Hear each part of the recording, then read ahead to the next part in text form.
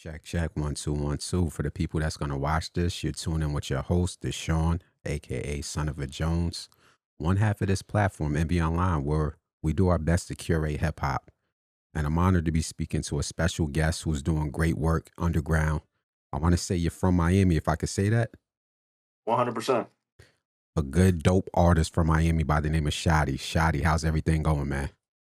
Can't complain, man. You know what I mean? Life be lifing, but you know how it is. Hey, We're here, right? same here, man. Like I said Yeah. last time, man. Hey, as long as my family is straight, I'm good, man. Yeah, that's what I'm all about, bro. Family first. Yeah, you got a track on one of your projects I'm gonna get into in a little bit. So the purpose of me of doing a few of these interviews that I've been doing is because I've been noticing like there feels like an underground renaissance going on, kind of a second wave going after COVID. Mm, And within this renaissance, we're seeing some unique things.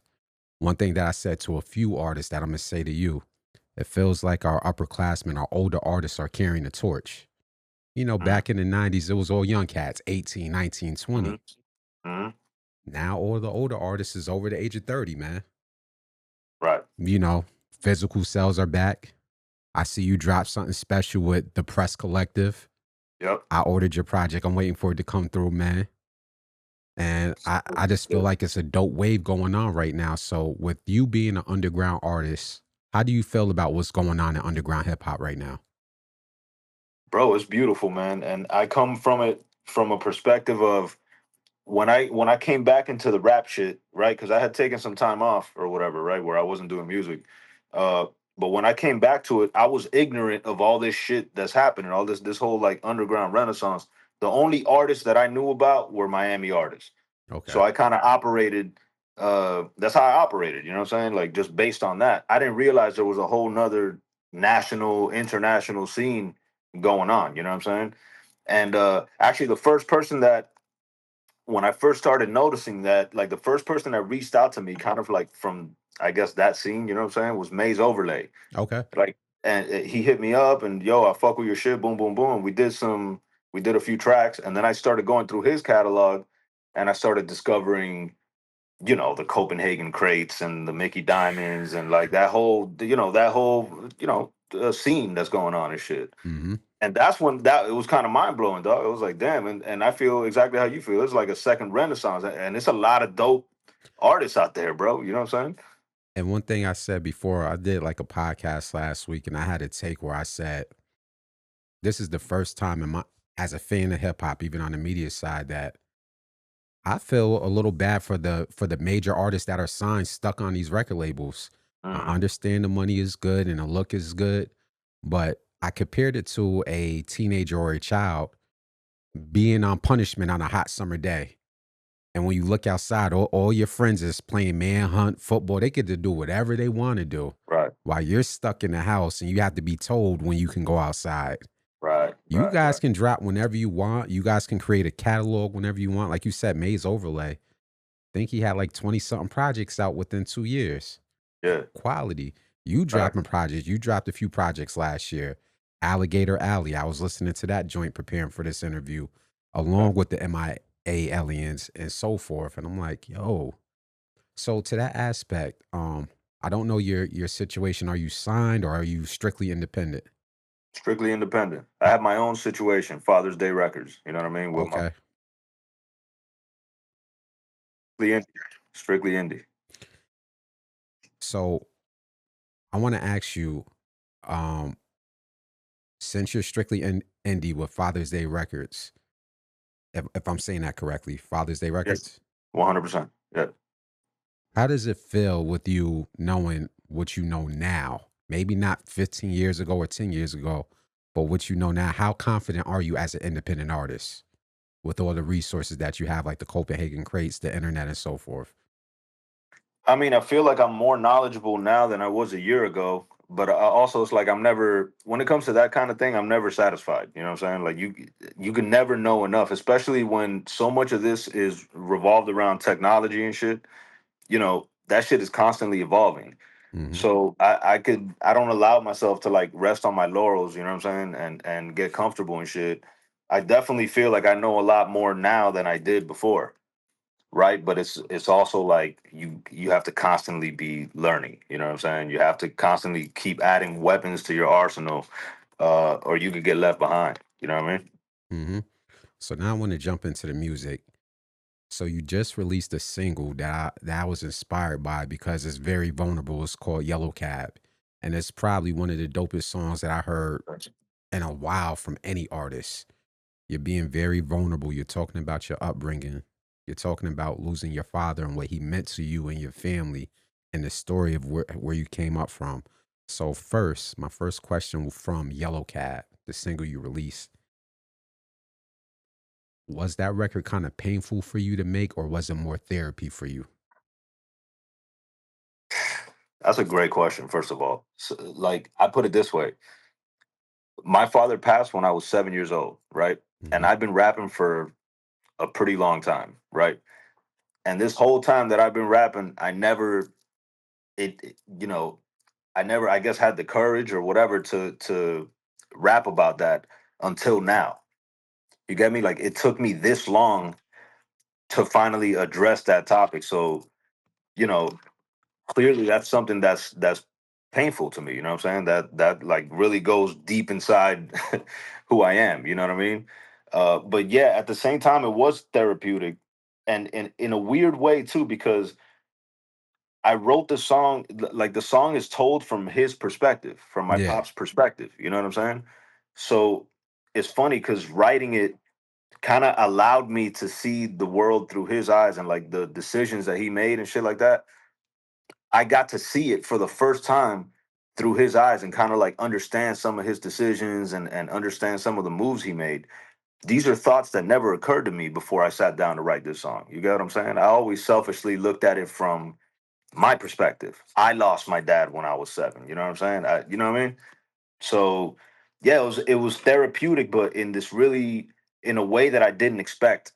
Mhm. You know what I mean? Because it kind of like allowed me to, like, I really had to do the work. Once I didn't plan to write that song, by the way. I sat down and I just kind of did what the beat told me to do, right? Mm. But once I had committed to that idea, I really had to do the work. I'm like, okay, well, if I'm going to tell this story from his point of view, then I really have to understand, why he left DR, why he was driving a cab in New York, all that shit. You know what I'm saying? Again, like selfishly, I always looked at it like that was my loss. Like that event was about me. It wasn't just about me. You know what I'm saying? It was about him. It was about my mom. It was about my sister. It was about his siblings, and so again, it helped me look at it from a different perspective. So yeah, I'm grateful for that. And very unique, if I can ask, who directed? I didn't pay attention to the video credits, but the job that they did bringing the pictures to life to animate the pictures, Mm. like I was blown away. Like if you want to shout out whoever the video director is, because they did a hell Yeah. of a job bringing that story to life. Yeah, big shout to Belief, and like that's my man Belief. He's one of the best video directors down here in Miami. But I've known him for a long time, and he understood the assignment. Like he Hmm. understood how much this video meant to me. You know what I'm saying? So like this was one that like we were. He kept sending me takes back and forth and shit, and we kept going back and forth on it. But he understood, most importantly, you know what I'm saying? And this video couldn't have just been done with anybody. It had to be somebody that really understood and could bring this shit to life. And when I saw it, bro, when I saw him put motion to those old photos and shit, that shit was, you could imagine, bro. Yeah. I don't Prop. have any videos of my pops. So it's like that's the first time I seen him moving since I was 7 years old, bro. You know what I'm saying? So yeah, it was different. Now you mentioned that you lost your father at a very young age, of 7. Do you have any, I don't want to say best memories, but lessons that you remember him teaching you as a young child? Because as a father myself of a son, I try to instill things in him very early, and now he's 9. So if you have anything that you remember as far as lessons that you will contribute to your father teaching you. I think more than anything is like go after go after it with everything you got. Hmm. You know what I'm saying? Like he left the comfort of he could have had it made, bro. His pops owned a finca in DR, like a farm in DR. You know what I'm saying? He could have just he could have had it easy. You know what I'm saying? Just came up, done his thing, worked the farm or whatever, and would probably, he could have planned to have been there and retire there or whatever. You know Hmm. what I'm saying? But he didn't do that. He moved to New York, in a little ass apartment in Washington Heights. Was driving a cab. You know what I'm saying? Yo, can Like, I interject real quick, man? Because yeah, I'm also I'm a grandchild of a Caribbean parent. My Caribbean side is from Puerto Rico. And when I went okay, back to visit the family, I'm like, you really left all this abuela to come to New York City? right, Like, right, it's right, cold. I go visit my great auntie, her sibling, and I'm just looking at the beautiful landscape in the mountains. And I'm right. like, you really left all this in the beautiful mountains of PR to come to New York City, but it's the vision they saw for us, man. Exactly. Exactly. Yeah, and that's what I mean. Like, I didn't think about it that way before until I sat down to write this song, you know what I mean? And then all this, I kind of just understood him a lot better, you know what I'm saying? Hmm. So now I want to get into an album that you dropped in 2024. But again, did you just release the physical copies? I want to get that correct. The MIAliens? Yeah. Yeah, we just released the Okay. So physical literally this week for the with the press people that's collective. gonna Yeah. watch this on the playback, Shottie released MIAliens in 2024, but I just saw the press collective release the physical copies, and I'm a big component of supporting artists. So if you see this, please head over to the press collective, support the good brother Shottie. He'll spend $25, get a CD or cassette, or buy both of them, man. But that album, the title stuck out to me because for a few reasons. It's unique, but some might also say, is it a play off of AT Aliens from Of Outkast? course. Of course it I is. had to ask that, man. Of course, man. Yeah. Well, we're from the South, you know what I'm saying? So, it kind of that shit's ingrained in us. Like MIA or AT aliens to us is what people from up north would consider illmatic. You know what I'm saying? That's one of Mm, those for us. You know what I mean? 100% right. 100% right. And I want to give credit to the person that's also on the album, Money Mowgli. I want to pronounce his name right. Yeah, Um, I'm money a, Mowgli. I'm a new listener to him, so if you can, um, how did you guys collaborate? Where did you guys know each other from? How did you guys decide to come together and do this joint album?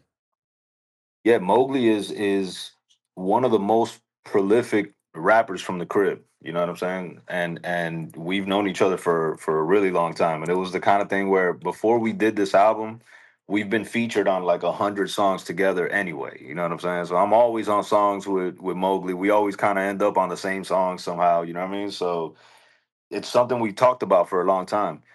Um, and we didn't actually put it together until the third component of that came into the mix, and that's Marlon Records. He's Hmm. the dude that produced the whole shit. Once we got a pack from Marlon, we were off to the races. You know what I mean? So yeah, that was something for the crib, man. Like me and Mowgli both been putting out a lot of music and representing Miami for a long time. You know what I'm saying? So I think a lot of people from the crib were happy to see that happen too. You know what I mean? And we felt like a certain responsibility to make it extra dope. You know what I'm saying? I'm glad you mentioned the producer because also what I'm noticing in this underground renaissance, people are getting back to working with one producer Yep. for the majority of the album. Yep. I grew up, but when I was in college, that mixtape era, people had about 10 different producers. So Right. the sound would be all over the place, Right. So what was it about the producer that you just named? Is he from Miami or He's from Miami also. He's okay? a lot younger than me and Mowgli and shit, but he's somebody that's been making, dope moves with his crew, Shadow League and shit. And we've been talking on the side for a while too, you know what I'm saying? So when me and Mowgli finally started looking for beats, at first we were gonna do what you mentioned. We are gonna take a bunch of the hottest beats from a lot of the producers that we know or whatever and put them together, and that was gonna be the album. But when Marlon sent the pack already sounded like an album. You know what I'm saying? So we You were was like, like, oh let's man, go. yeah, bro. That was it was a no brainer at that point. We were like, all right, man, well, this what we're gonna do then. Now the title, "Am I Aliens?" You got the first track called First Contact, and it's a whole theme to it. So I have to ask you straight up, man. Do you believe there's life out there outside of us humans? I think humans would be egotistical to think that. there's not. You know Mm. what I'm saying? Like, why are we the only ones, man? This big ass universe, and you know what I'm saying? All these galaxies and shit, man. Like, yeah, 100% believe that there's something else out there. So then the follow-up question to that is, if you were to introduce your music to a group of aliens, what song would you play them and what would they think about it? Yeah, it's That's funny. different over here, man. Yeah, right. Shit, man, that's a good one. And it would be my own shit. Yeah, you. Or can I play them some Portishead or some shit? Yeah, I guess I'd play them the MIAliens album, bro, and be like, "Yo, how much of this did we get right, and how much are we bullshitting?" You know what I'm saying? That's dope. Obviously, what you said earlier, "Family First," when we started talking, that's one of my favorite tracks on here. Because of obvious the message. I'm older. I'm close to 40. I got 3 kids and a grandkid and so forth. So, family is Word. very important to me, man. I don't know if you have kids. If you do, um, what is your favorite? Do you have kids? I If do. okay, Yeah. what's your favorite part about fatherhood? I think well, all of it. You know what I'm saying? But Mhm. there's something about teaching that I always felt like I'm a natural teacher. You know what I'm saying? So it's just something about that. But I mean, to get deeper with it, it's like I grew up without a father, bro. You know what I'm saying? So just being there for them the way I didn't have nobody there for me, you know what I'm saying? Or not nobody, bro. My mom was there, you know what I'm saying? Yeah. But the male influence, you know what I mean? Especially for boys, it's important, bro. You know what I mean? So I think that more than anything. So I want to continue to talk about not just MIAliens, but the other album you released in 2024, which was Alligator Alley. Again, Mhm. for those of you out there who's tuning in, get in tune, go over to his Spotify, wherever he lays his links at, and get in tune because it's very dope. And I like that. I like that it's Miami sound. And I'm saying that as somebody from New York. I like Mhm. the regional hip hop, because for so long, some of our artists up here is trying to sound like the Midwest and the down south. So Mhm. it's kind of pitting off for where you came from. That's the context. Do you feel that Miami gets enough respect for Southern hip hop? Hell no. We all know it doesn't. You know what I'm saying? And I And asked that for a specific reason. I'm gonna let you go ahead. yeah, yeah. No, we all have a chip on our shoulder. Like Miami rappers, you know what I'm saying? Especially those of us that care about the bars and shit like that. I think we all carry that chip on our shoulder and it adds like a certain edge to our music. But, you know, I'll say this too. Even the artists that y'all recognize as mainstream artists, who started as a battle rapper, dog. People don't understand that. You know what I'm saying? People see Mr. Worldwide, Mr. 305 with the Guayaberas on and shit like that. Pitbull was out here battling fools, bro. You know what I'm Oh, I saying? Like remember he was getting busy. Rick Ross is a MC. He's a lyricist, bro. You Hmm. get what I'm saying? Like Trick Daddy, bro. You listen to Trick Daddy's music, like even the rhyme schemes, he's doing couplets, he's doing like multi-syllable shit. People don't. I think it goes over their head because it's like real southern sounding or whatever. But like, bro, Miami rappers been getting busy for a long time, bro.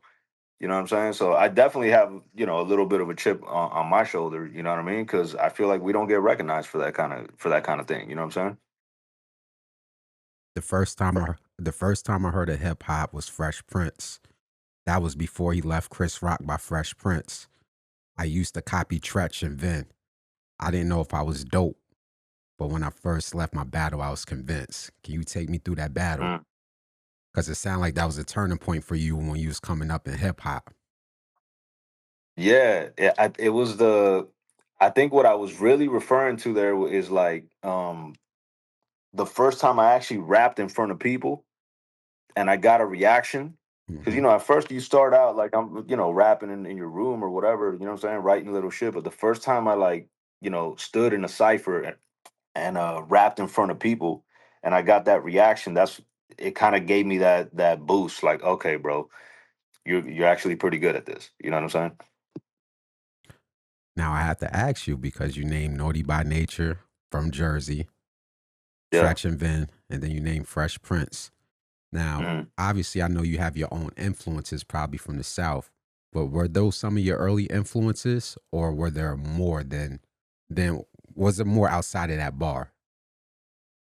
Yeah, I think like okay, so like one thing is I appreciate Southern artists, right? But if you ask like my influence was a lot of the East Coast shit, to be honest. You know what I'm saying? Mhm. So like Fresh Prince was like the first rapper I ever heard, bro. Because I'm an immigrant kid. I was born in DR, man. You know what Mhm. I'm saying? So I came to this country. I didn't know what the fuck hip hop was. So the first, Makes like literally sense. the first rap song I ever heard was Fresh Prince. Parents just don't understand. You know what I mean? And bro, that shit blew my mind. I couldn't fathom what I was hearing. I was like, bro, this dude is telling a story like over a beat, and the shit's funny, and like, bro, I couldn't. That shit blew my mind. You know what I'm saying? Um, I don't know if he's like an influence on my style though. I would say more like my style is more like I'm influenced by like Jay Z, like the Mhm. conversational rappers, Jay Z, Graph. You know what I Shout out to mean? Graph, dope I'm artist. a big Redman fan. Redman's probably my favorite rapper of all time. Um, yeah, I would say like a lot of the East Coast shit, and Snoop. Snoop influenced me a lot too. So I want to also go back down south. Want to stick in Miami because I was going somewhere with that question about Miami not getting enough credit. So there Mm, was a conversation from our elder, Uncle Luke, and he was talking about what he meant to Miami culture as far as hip hop and what Miami did for Southern hip hop back in the 80s. Because when you think about it, at that time when they were putting on independent shows with Two Live Crew or just him promoting shows, I don't recall from my hip hop history a lot of down south acts moving outside of Miami. So now that you know the history, because obviously you've been in Miami all this time, how do I frame this? Do you think Uncle Luke and his contributions are appreciated for what he did? Because that whole parental advisory sticker, if it yep, wasn't for him, I keep yep, saying this. I said this when I talked to a producer by the name of Wavy the God, who was originally from the Florida area that migrated up to New York. yeah. I know Wavy. Yeah. Yeah, he said it like if it wasn't for Uncle Luke fighting for us with the federal Hmm. court, there would be no hip hop. So Facts. being for somebody from Miami, what are your thoughts on that? Yeah, like again, down here, we recognize Luke as the godfather of this shit. We to us, that's not, that's not news. That's not debatable. You know what I'm Hmm. saying? Maybe outside of Miami, maybe people don't really understand that and shit. So I think my view is a little skewed because I'm here. You know what I mean? Hmm. So to me, Luke is a fucking legend. To everybody I know, Luke is a legend, bro. That's not even, there's no debate there. You know what I'm saying? But yeah, man, if you look at what he did for the parental, like he was the one fighting for everybody. You know what I mean? Like him and NWA was right there too, but Uncle Luke was really the one taking the fight to the feds, bro. You know what I'm Hmm. saying? So man, I mean that's the Godfather right there, bro. And I'll say this again, like I said when I interviewed Wavy the God. Big salute to our forefathers within this culture of hip hop, the NWA, as you said, as well as Uncle Luke, because if they don't fight and go hard at what they did in the feds, who know where hip hop would be right now? Maybe we would have it, but it would be in some different format. So big Hmm. salute to Uncle Luke for what you did for hip hop, man. So now that They was could have folded for the bread, bro. Think about it, man. that It's not too. A like lot I'm of sure people they were do. being offered money. You know what I'm saying? They could have folded for the bread easily, bro, and they didn't. You know what I mean? Principles. Yep. Facts. I want to stick down in Miami because I like to do this. I'm not as arrogant to think there's only dope rappers in New York because I'm from New York. I know some cats in New York be like, I ain't listening to nobody, outside of Jersey and Connecticut. But to me, yo, if you're a dope artist, you're a dope artist. So I would like to get put on for Miami culture. It's your time to put me on as a new listener. If I ask you who are some dope underground producers, Hmm. R&B singers, artists, rappers that are not signed in the 305, who would you refer me to and tell me, yo, I need to go check that out? Producers, Tev 95, Martin Records, Mighty Healthy. I think those are like that's my top three. You know what I'm saying? But there's so many other dope producers out here, bro, that it's like if I just start naming names, we'll go on forever. You know what I mean? But like those are the first three that come to mind for me. As far as artists, I always the first ones I always mention is Money Mowgli and my boy Salazar el Tabaquero. Like Salazar is probably the best Spanish rapper I've ever heard in my life. You know what I'm saying? And Money Mowgli is just that dude is a beast, bro. You talk about Maze Overlay putting out 20 albums in the past 2 years. Mowgli's cut the same way. You know what I'm saying? Hmm. Like that dude just drops, and it's all dope. You know what I mean? But again, like bro, there's so many dope MCs out here, man. There's like if I start naming them, we'll be here forever. You know what I'm saying? But like I would say start with those and look at the features and everybody else that they work with, you know what I'm saying, and work your way down the family tree. But there's a lot of killers in Miami, bro. So staying in Miami culture, because I never been. You know, I skipped over Miami and jumped straight into Puerto Rico. Let's straight. Let's stick to it. I'm with it. Miami subs. So that was a track on Hmm. Alligator Alley, as you know. And you were talking about other things, but just in general, the title, Miami subs. If I go down to Miami and I wanted something good to eat, I wanted a good sub or wherever, where would you suggest me go to? Yeah, that's a good question, man. If you want like some authentic Miami food, I would say like hit the Cuban spots. You know what I'm I saying? was Like just about to hit ask for some Spanish food too. Yeah, bro, hit the Cuban spots. Get a pan con bistec or like something like authentic Cuban. Definitely get a colada, a cafecito. I don't know if you're familiar with Cuban coffee, but there's a whole Cuban, there's a whole coffee culture in Hmm. Miami. You know what I'm saying? So yeah, go to like Sergio's, Palacio de los Jugos, uh, any like authentic Cuban spot in Miami, and really is a lot of like hole in the wall spots. You know what I'm saying? You see a little ventanita, a little window there, Hmm. you could probably get some bomb shit there. You know what I'm saying? So I would say go for the Cuban food. There's a lot of great Colombian food in Miami too. It's a lot of culture, man. It's a lot of culture down here. You know what I mean? That's what's up. So, pardon me. You have a unique thing because as an American rapper, you come from a Spanish background, come from the DR, you speak Spanish, Mm, and you can get very versatile with that. And I don't see a lot of underground rappers who speak Spanish dive into the versatility the way they can. mm. There's not just the market here in the USA, but now if you start speaking Spanish in your rhymes, it's a whole Latin America that's going to tune in. Right. Do you think that gives you advantage as an artist? And do you look forward to like kind of diving into that a little more? I don't know that I would go full Spanish. Oh no, Um, I'm not saying full Spanish. Like yeah. Noriega dipped his toe in it when he gave us that Right. reggaeton album. Right. I see. I don't think I would do like reggaeton. You know what I'm Okay. saying? Because it's just not the kind of music that I make. You know what I'm saying? Hmm. That's like dance music. I don't really go dancing, bro. I don't go to the club. You know what I'm That's saying? I have respect. my club phase, but if I'm keeping it a buck, like I want to make music that I could relate to. So me throwing Spanglish. First of all, I grew up listening to boom bap, so that's what I Mm, like to do. You know what I'm saying? I know some people don't like that term, but just to keep it simple, that's what I grew up listening to. So that's what I do. Now, me throwing Spanish in that shit, that's just a reflection of who I am. And like when I'm around the homies, that's how we talk. It's like, hmm. 70% English, 30% Spanish. And it's like this Spanglish fucking gumbo mix of fucking vocabulary. You know what I'm saying? So really, that's just natural. You know what I mean?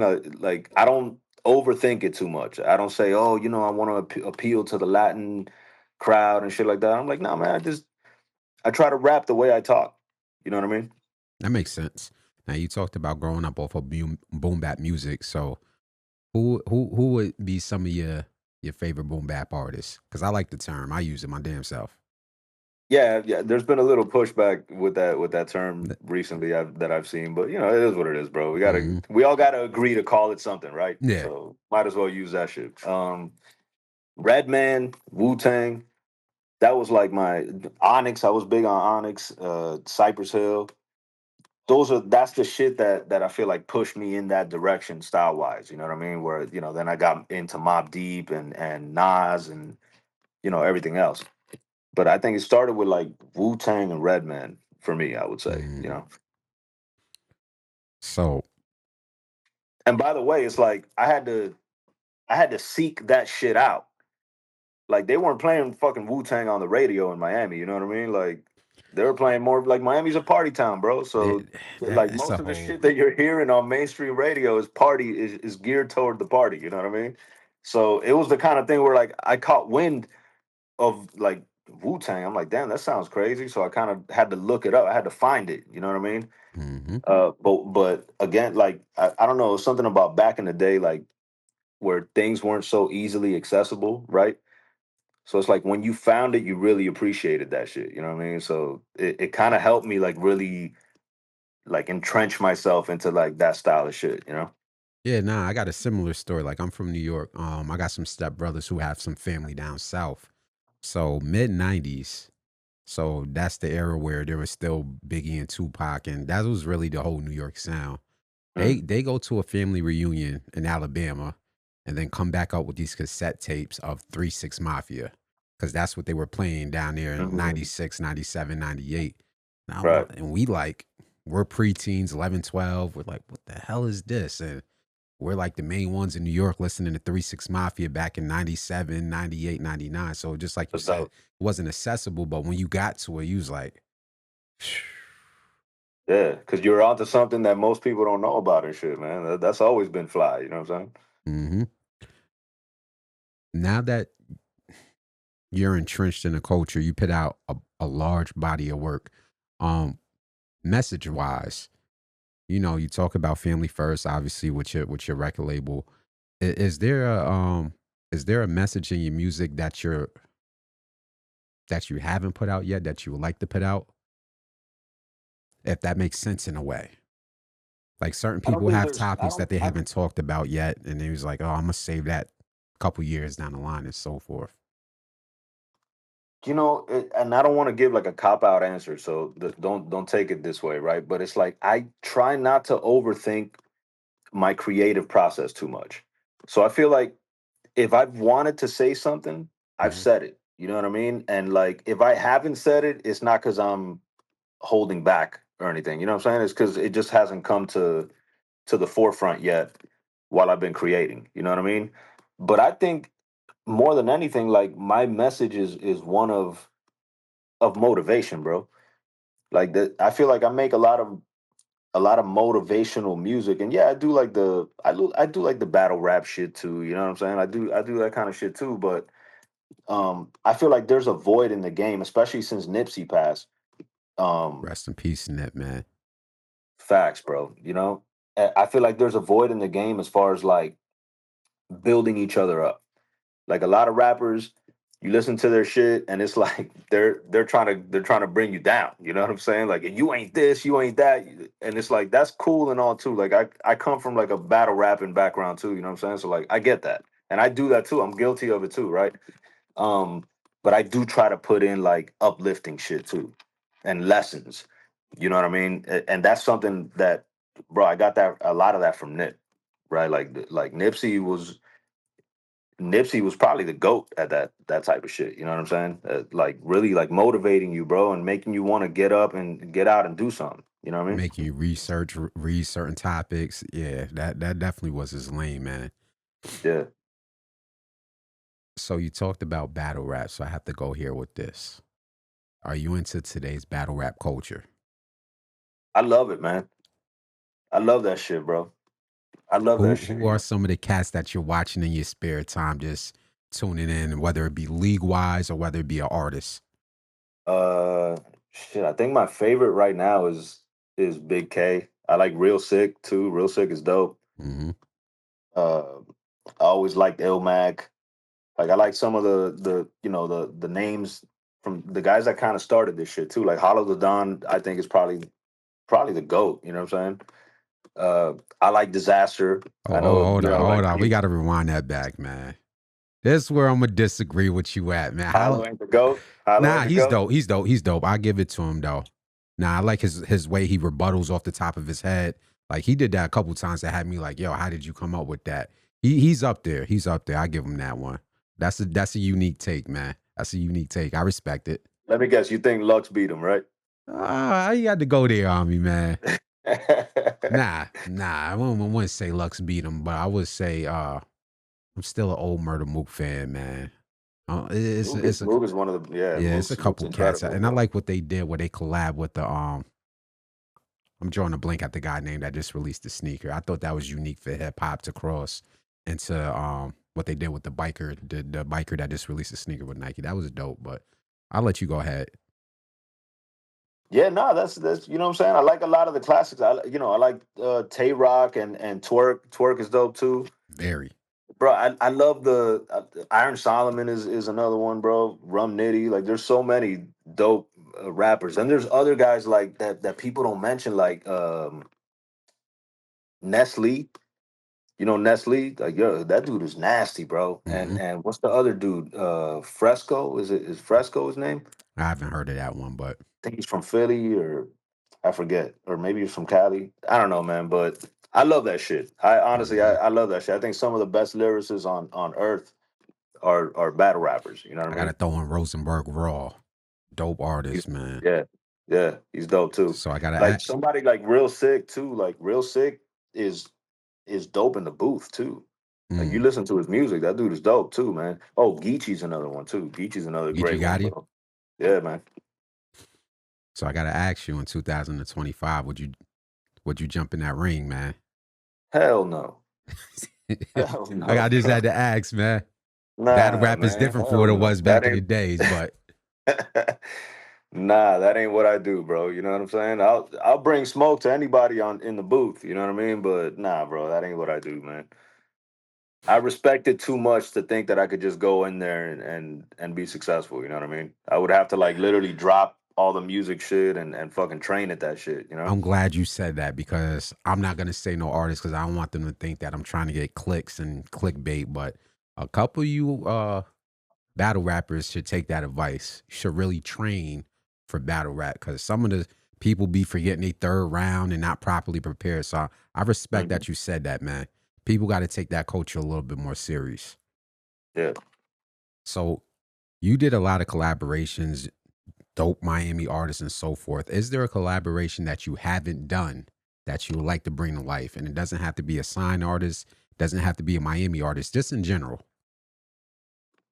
The first answer is always going to be Redman until that actually happens, you know what I'm saying? Put that in the universe, man. Yeah, man. Exactly, bro. Let the universe. But yeah, I have a checklist, bro. Redman's on there. You know what I'm saying? Eminem's on there. Royce is on there. I mean, I want to work with the best, bro. I want to see where I stack up. You know what I mean? Like that's one thing. Mm. I'm not afraid of anybody on wax. You know what I'm saying? And I feel like, and it's not even on some like competitive shit. It's more like I'm cool with what I do. I'm comfortable with what I do. You know what I'm saying? So like, even if I do some shit with like, let's say like Eminem, and he I was just fucking about goes to out of his mind, you know what I'm saying? Like, I was just about to I'm just ask gonna you, do man. me, bro. You know, I'm gonna do me, and I trust in my own shit enough to know that I'm gonna do something dope. You know what I'm saying? I was just about to ask you if you can formulate because you said you got a track list. What would the perfect track be for Shottie? What would the beat be, and what artist would you pick? If if your management team Uh, say, "Yo, man, I got this one for you. I got the bag. We gonna pay for the feature. Blah blah blah. Here you go. Pick the beat. Pick the artist. Who would you choose? Me, Redman, and Eminem on a DJ Muggs beat. That'd be crazy. Or a RZA beat if he found like one of his hard drives from like 1993. You know what I'm saying? With I some think he shit he said the has. flood. I think he said the He flood has. fucked that up, but I get you. Yeah. But yeah, I think that's it right there. DJ Muggs is another one. He's one of those producers that doesn't get nearly enough credit, bro. He's one of the best ever, man. Hmm. Well, okay. I like where this is going now. So you gave him credit for the Miami sound, which is a unique sound because regionally it's a nice weather. It's kind of like Cali. I don't want to say it's like Cali because I understand it's a whole other culture with the gangs and stuff like that. But Mhm. from what I see, it's fly shit down there. Palm trees, beaches, nice food, yada yada yada. So outside of DJ, can you say his name again? Because I don't want to mess his name up. Who's that? The DJ you just named.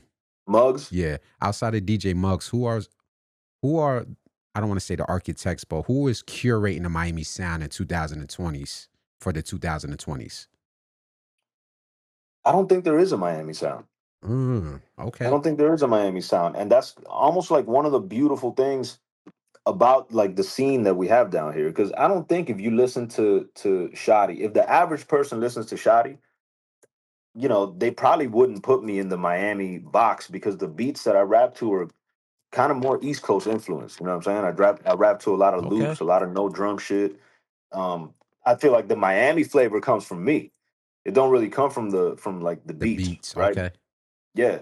So and even in like the scene that we run in down here, like there's such a big diversity of sounds with the artists. Like they don't all rap in the same lane that I rap, you know what I'm saying? Like Money Mowgli does his own thing, you know what I'm saying? And like a guy like DU Ivan does his own thing. And like everybody got their own shit. It's not like those regions, like in Buffalo, everybody's kind of like Upstate on New that York. wave, Yeah, you know what yeah, I'm yeah. saying? On that Yeah. like I don't want to say, but like that Griselda I'm from wave, you upstate know New what I'm saying? York. I But know like what you're that talking that about. Yeah. that like vintage East Coast kind of shit, which is the shit that I love, Hmm. right?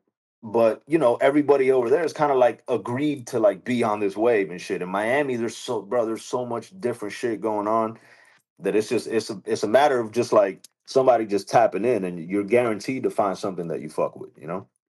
That's what's up. Speaking of Miami culture, you put me onto some food, you put me onto some music. For you, what would the perfect day in Miami look like for you? For me, it's probably doing something outdoors with my family. You know what I'm saying? Like that's for me. That I know that's like the boring answer. You know what I'm Nah, I'm saying? a If you family ask man. a I'm married. I got three yeah, kids, so I'm with you on that, man. yeah. I mean, if you ask like a 25-year-old, you know what I'm saying, then they'll have a much different answer. But for me, it's like, bro, go to a farmer's market or some shit like that. Do something outside. Every now and then, maybe the beach. But that's also like a misconception. Like Miami people, at least people that I know, we don't go to the beach that much, bro. You know what I'm saying? Like people think Miami, people think beach, but That I don't makes go to the beach sense. that much, bro, to be honest. But yeah, something outdoors with the family, bro. That's to me, that's a perfect day in and of itself. So I want to bring up, we're in 2025, we're exiting the first quarter. So you just released Yellow Cab, and I want to talk about future music for this year. Let's go. What are you gearing up to drop album wise or single wise that we could look forward to support? The new single is drop. I don't know when this is coming out, but the new single's dropping on Friday. Alkalines, produced by Flu. That's my man from Australia. And the album is coming out the week after that. Pulp Nonfiction. Okay. So April 5th, we're dropping the album. April 4th, we're doing the listening session at Mix Masters Miami. That's gonna be super fly. Um, but yeah, Pulp Nonfiction is next, and I got the next two albums are already done. You know what I'm So saying? I Those said shits are already. you guys are running circles around these industry cats, man. I mean, it's the only way, man. To me, it's the only way to keep people's attention. You know what I mean? Like we don't have the big bucks for we don't have the marketing dollars that these guys have where they can fucking advertise all over the place. So what we got to do is kill them with the consistency. You know what I'm Build up saying? that fast catalog. Yeah. Exactly, bro. So yeah, man. I always stay a couple albums ahead. I got the next two, like I said, ready to drop. I'm already formulating the shit that we're doing after that. So I kind of took the first quarter of this year to kind of load up the clip, right? Hmm. And now after this one drops, like we're just gonna be busting for the whole rest of the year, bro. You know what I'm saying?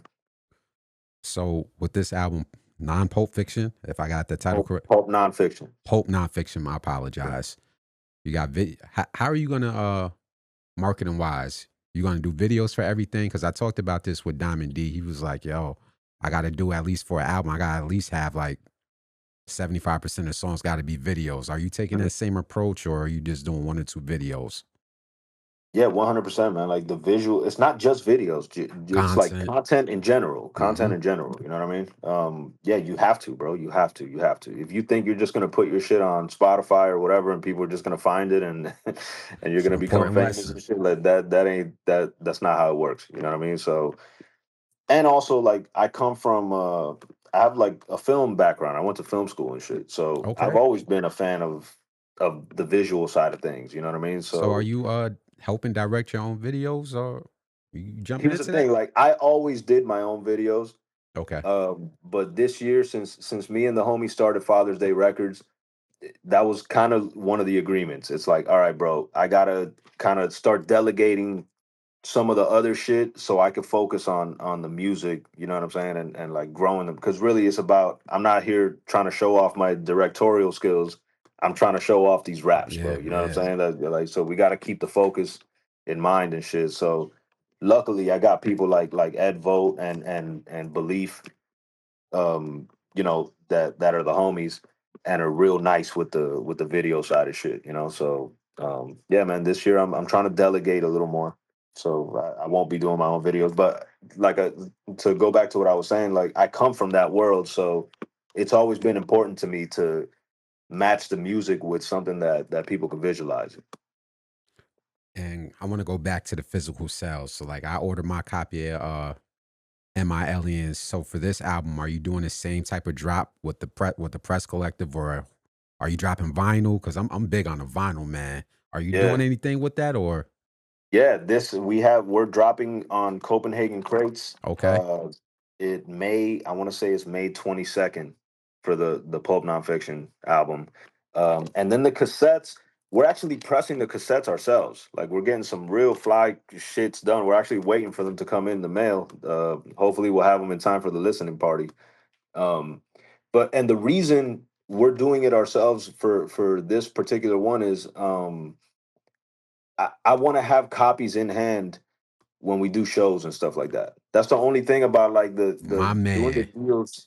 You feel what I'm saying? smart as Because it's like shit. that's the only thing. Like working with these labels makes shit very easy, which is trust me, bro. It's a big weight off our shoulders. You know what I'm saying? Not having to worry about pressing and all that shit. But at the same time, it doesn't give us the same kind of flexibility to always have products in hand.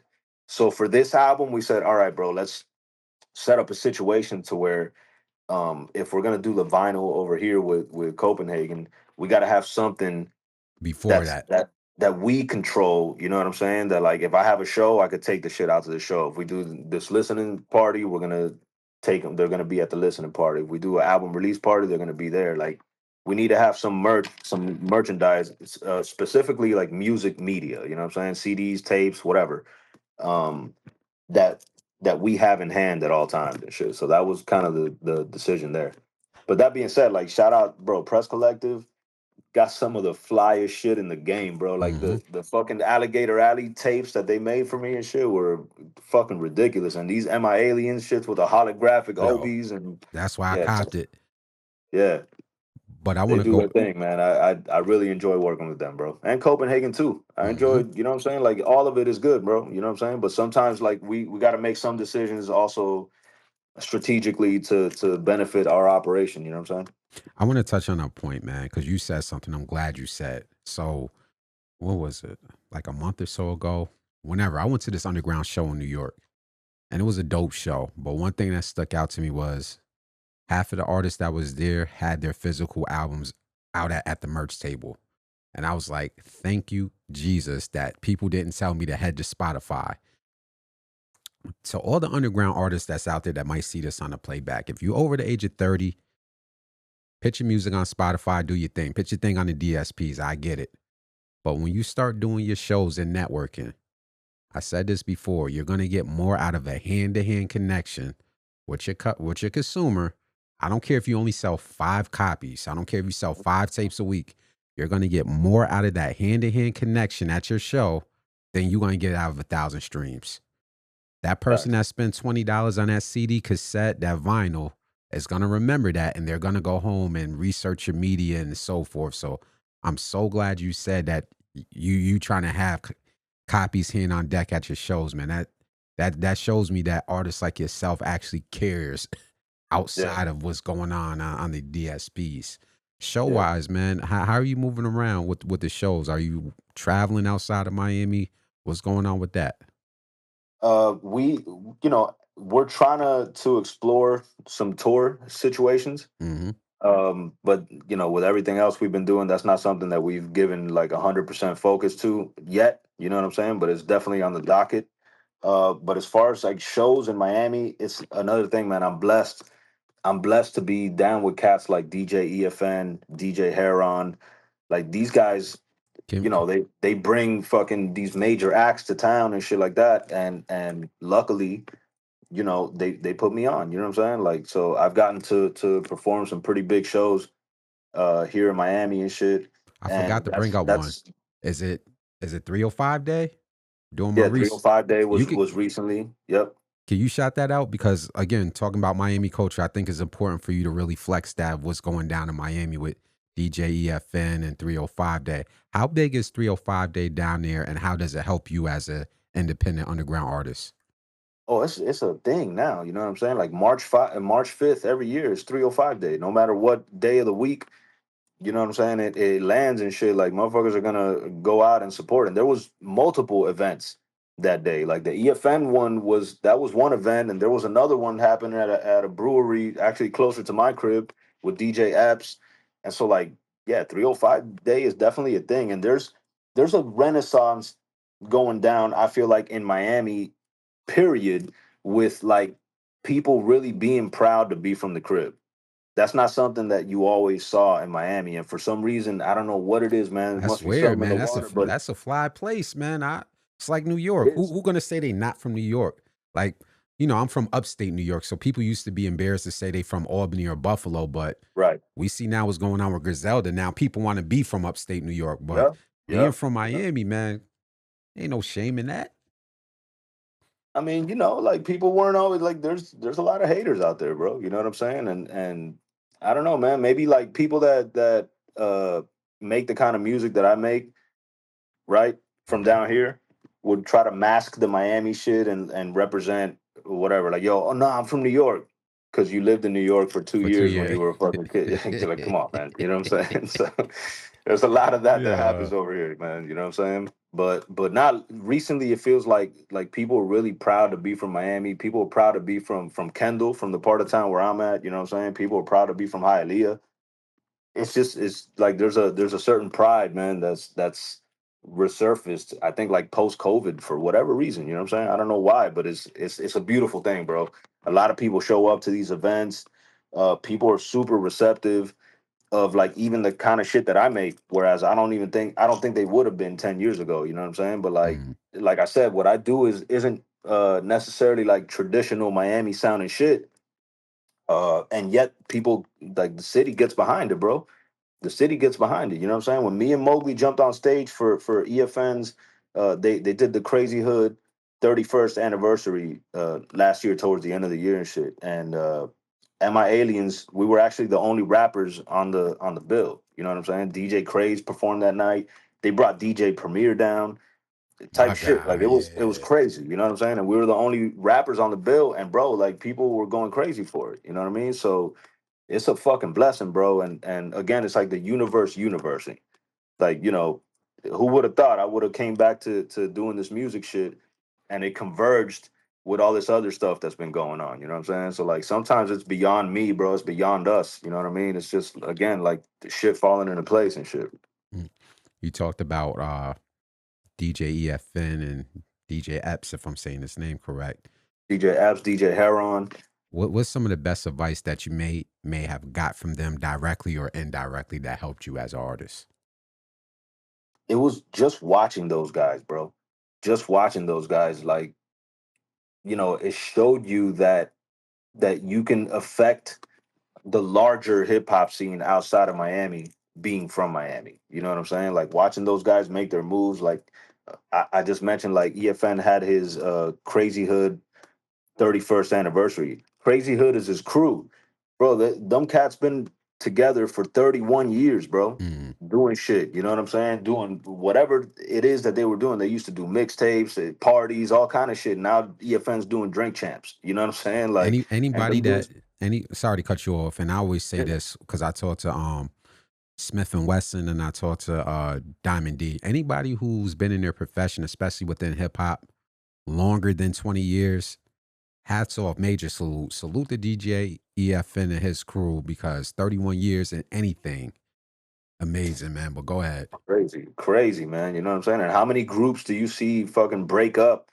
once money gets involved, or you know what I'm saying, once Ego, anything. egos get involved, yeah, man, you know what I mean? Them cats, and it's the same motherfuckers for 31 years. You know what I'm saying? It's the same dudes. I knew them, I knew them probably 25 years ago, you know what I'm saying? Hmm. And it's the same dudes, and they're all doing it individually, and nobody's trying to lean on EFN, you know what I'm saying? Because he's the guy on Drink Champs. Like, everybody got their own shit going on, bro. You know what I'm saying? So major salute to those guys. DJ Heron's another guy like that. That dude's been bringing, bro. He brought KRS down last week. Like, that dude's been doing that shit since, wait, he brought Rock Marcy down to Miami in like 2012, bro. You know what I'm saying? Like, That's big. so yeah, man. Like, again, just watching these dudes do it on a national and international level is inspiring. You know what I'm saying? I don't, they don't have to give me like advice. I get enough, you know what I'm saying? Enough jewels just from watching them and shit. You know. Mm. So I'm gonna leave off like this. For 2025, what are your ultimate goals within this culture? Just to keep growing, bro. To keep growing, you know what I'm saying? To be recognized as an authentic, solid individual, um, and a hard worker. You know what I'm saying? Like, it's like I've said this before, but you know, you could compliment my raps and my talent and all that shit, till the fucking cows come home, right? But the compliments that really matter to me is like, yo, that dude works hard. You know what I'm saying? Because that's shit that's not God given, bro. That's not God given. That's the shit you got to wake up in the morning. You really got to fucking strap your fucking boots on and go. Saying so, like, those are the compliments that mean the most to me. So I want to be, yeah, I want to be known as a hard worker, bro, and I plan to prove that. You know what I'm saying, for the remainder of this year and shit. Hard work always beats talent, man. Facts. Shotty, man, I appreciate you taking time out of your day, man. Put me onto your music, put me onto Miami artists and Miami culture, man. Before we leave out, you want to leave your social media or how people can contact you and tune in with you? Shotty 305 on all socials. Also, go to shottymusic.com, sign up for my mailing list. Uh, that's where you know what I'm saying, I communicate directly with the people that fuck with my shit. I send out free shit. We do all kind of stuff. You know what I'm saying? Like, the Yellow Cab video that we dropped, the mailing list got it early. Mm, A month before that, we put out a mixtape that was just for the mailing list. You know what I'm saying? So, like, jump on there and shit. That's kind of my direct line to my people and shit. It's shottymusic.com. As soon as you go on the website, you'll see the sign up sheet. And bro, big shout to you for sharing your platform, man. This is the y'all. I always say it, man, but like, y'all are the unsung heroes of this shit. You know what I'm saying? Because otherwise, it's just dudes putting out songs into a void. You know what hmm. I'm saying? But you guys are creating the conversation and giving a lot of like necessary context to what we do and shit. You know what I'm saying? So big shout to you for having me on, bro. I appreciate it. Appreciate you, man. Yo, until next time. And then when your album drops, I'm gonna reach back out to your management and try to set up a second one in the near future because I want to keep this conversation going, man. What I see within hip hop media outside of a select few is a bunch of nonsense. And I'll just keep it right there. You know, people want to talk about everything but the music. Over here on Mhm. this platform, when I talk to artists like yourself and others, I want to keep the music going because without music, then there's no me. There's no media, at least from my perspective. So Facts, big facts. salute to you, man. I look forward to hearing from you in the future, man. Yeah, Salute. likewise, man. You already know. Tap in whenever, and yeah, man, we'll do this again. Easy. Definitely. Salute, man.